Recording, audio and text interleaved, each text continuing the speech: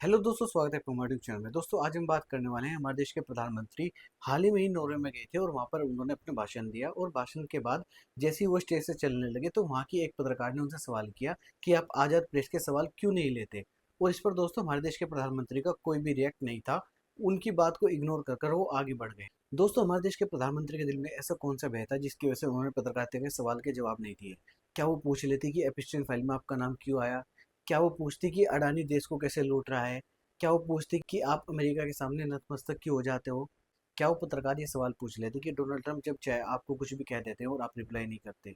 हो सकता है दोस्तों इन्हीं सवालों का भी हमारे देश के प्रधानमंत्री नरेंद्र मोदी के दिल में हो और इसी वजह से उन्होंने पत्रकारिता के सवाल नहीं सुने। हमारे देश के प्रधानमंत्री के वहां पर भाषण देने से पहले ये तय हुआ था कि वहां पर हॉल में कोई भी पत्रकार प्रधानमंत्री से कोई सवाल नहीं करेगा, केवल प्रधानमंत्री अपना भाषण देंगे और वहां से चले जाएंगे। लेकिन फिर भी उस पत्रकार ने प्रधानमंत्री से पूछा कि आप दुनिया की आजाद प्रेस के सवाल क्यों नहीं लेते। वहाँ पर दोस्तों हमारे देश का गोदी मीडिया नहीं था जो उनसे आसान आसान सवाल करता, उनसे पूछता कि आप आम काट कर खाते हो या नहीं, आप बटुआ रखते हो या नहीं, आपके अंदर जो 18 घंटे काम करने की एनर्जी कैसे आती है। वहाँ पर सवाल पूछते फैक्ट के साथ, आपके देश में ऐसा हो रहा है और क्यों हो रहा है। दोस्तों, वो विदेशी मीडिया पॉइंट टू पॉइंट बात करता है। वो बात करता है कि आप इलेक्शन में आपकी पार्टी और आपके लोग नफरती भाषण देकर, अल्पसंख्यक के खिलाफ भाषण देकर आप अपनी सरकार बना लेते हो और बिल्कुल खुले लफ्जों में अल्पसंख्यक को आप चेतावनी देते हो। हाल ही में उत्तर प्रदेश के सीएम ने कहा है कि अगर कोई सड़क पर नमाज पढ़ेगा, अगर वो हमारी बात ठीक से मानता है ठीक है, वरना हमारे पर दूसरा तरीका आता है इनको ठीक करने का। आप बताइए कि इस भाषण में सीधे सीधे अल्पसंख्यक समाज को धमकी दी जाती है, यानी मुसलमानों को धमकी दी जाती है। दोस्तों, मुसलमानों को कोई भी किसी तरह की कोई तकलीफ नहीं है। हमारे हिंदू भाई, हमारे सिख भाई सड़क पर अपना त्योहार मनाते हैं तो बिल्कुल भी हमें किसी तरह की कोई आपत्ति नहीं है, क्योंकि सड़क जनता के पैसों से बनी है और जनता उसे 5-10 मिनट के लिए, 1 घंटा 2 घंटे के लिए अपने काम के लिए इस्तेमाल कर लेती है। इससे अल्पसंख्यक समाज को कोई भी किसी तरह की दिक्कत नहीं है। लेकिन दोस्तों, हमारे नेता इस तरह की बात करते हैं, वो समाज को दो भागों में डिवाइड करने का काम करते हैं। हमारे देश के मीडिया का आप इससे अंदाजा लगा लीजिए कि प्रधानमंत्री मोदी ने बंगाल चुनाव में 10 रुपए की झाल मुड़ी क्या खाई थी। आज तक एबीपी न्यूज ने उस पर पूरा अपना एक शो चला दिया। यहाँ तक कि अरिंदम कश्यप ने तो उस पर एक पूरी कविता बना दी थी कि झाल मुड़ी के अंदर कौन सा स्वाद है, सुबह की मिठास है, शाम की खुशबू है, प्लेटफॉर्म का तीखापन। इस तरीके से एक पूरी कविता बना दी थी और कविता बनाकर पोस्ट की थी। हमारे देश का मीडिया उस दिन भी चुप खड़ा था जिस दिन हमारे देश के प्रधानमंत्री ने कहा था कि मैं नॉन बायोलॉजिकल हूँ। अगर यही बात राहुल गांधी जी कहते थे तो राहुल गांधी जी का करियर ये मीडिया वाले मिलकर खा जाते कि आखिर इन्होंने कह कैसे दिया। लेकिन दोस्तों, हमारे देश का मीडिया ना पेट्रोल पर सवाल करता, ना डीजल पर सवाल करता, ना महंगाई पर सवाल करता, ना शिक्षा पर सवाल करता कि आखिर हमारा देश संकट में डूबता जा रहा है, इस पर कोई सवाल नहीं करता। और केवल केवल प्रधानमंत्री नरेंद्र मोदी और भाजपा पार्टी की चाटुकारिता करने में हमारे देश का मीडिया लगा हुआ है। बंगाल चुनाव में एसआईआर के नाम पर लाखों वोट काटे गए। दोस्तों, क्या हमारा देश लोकतांत्रिक देश है? और सवाल ये बनता है दोस्तों, अगर हमारा देश लोकतांत्रिक देश है तो क्या हमारे देश में वोट का अधिकार सुरक्षित रखा गया है?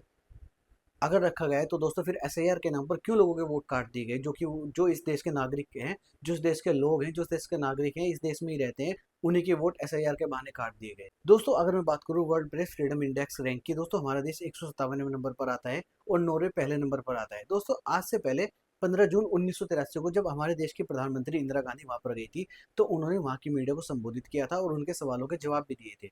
लेकिन दोस्तों, हमारे प्रधानमंत्री वहां से उनको इग्नोर कर कर चले आए। 157वीं रैंक ये बता दी कि हमारे देश का मीडिया सत्ता पक्ष की गुलामी करता है और उनके कहने पर ही सवाल जवाब तय करता है कि उनसे आपको क्या सवाल पूछने हैं और क्या सवाल नहीं पूछने। हमारे देश का मीडिया कभी भी जनता के हित के सवाल सत्ता पार्टी से नहीं करेगा। वो केवल जनता को गुमराह करने का काम करते हैं और उनके भी नफरत घोलने का काम करते हैं। दोस्तों, नॉर्वे के जो पत्रकार है उसके सवाल के जवाब न मिलने पर उन्होंने एक पोस्ट की है और उसमें लिखा है, मैंने कभी नहीं सोचा था कि ये मुझे लिखना पड़ेगा, लेकिन मैं किसी भी तरह की कोई विदेशी जासूस नहीं हूँ, ना ही मैं किसी विदेशी सरकार द्वारा भेजी गई हूँ।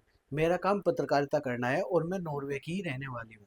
दोस्तों, ये उन्होंने पोस्ट किया है और उसके बाद भी उन्होंने कुछ कुछ चीज़ें लिखी हैं। कभी कभी पत्रकारिता में टकराव हो जाता है, हमें जवाब चाहिए होता है। अगर इंटरव्यू देने वाला व्यक्ति सत्ता प्राप्त हो, यानी सत्ता पक्ष का हो, जिसकी फिलहाल सत्ता हो। इसके बाद इन्होंने लिखा है, शक्तिशाली हैं और मेरे सवाल का जवाब नहीं दे रहे तो मैं कोशिश करूंगी कि उन्हें टोक सकूं, सटीक जवाब हासिल कर सकूं। यह मेरा काम है और मेरा फर्ज है, मुझे जवाब चाहिए, न कि बात करने के लिए कुछ पॉइंट।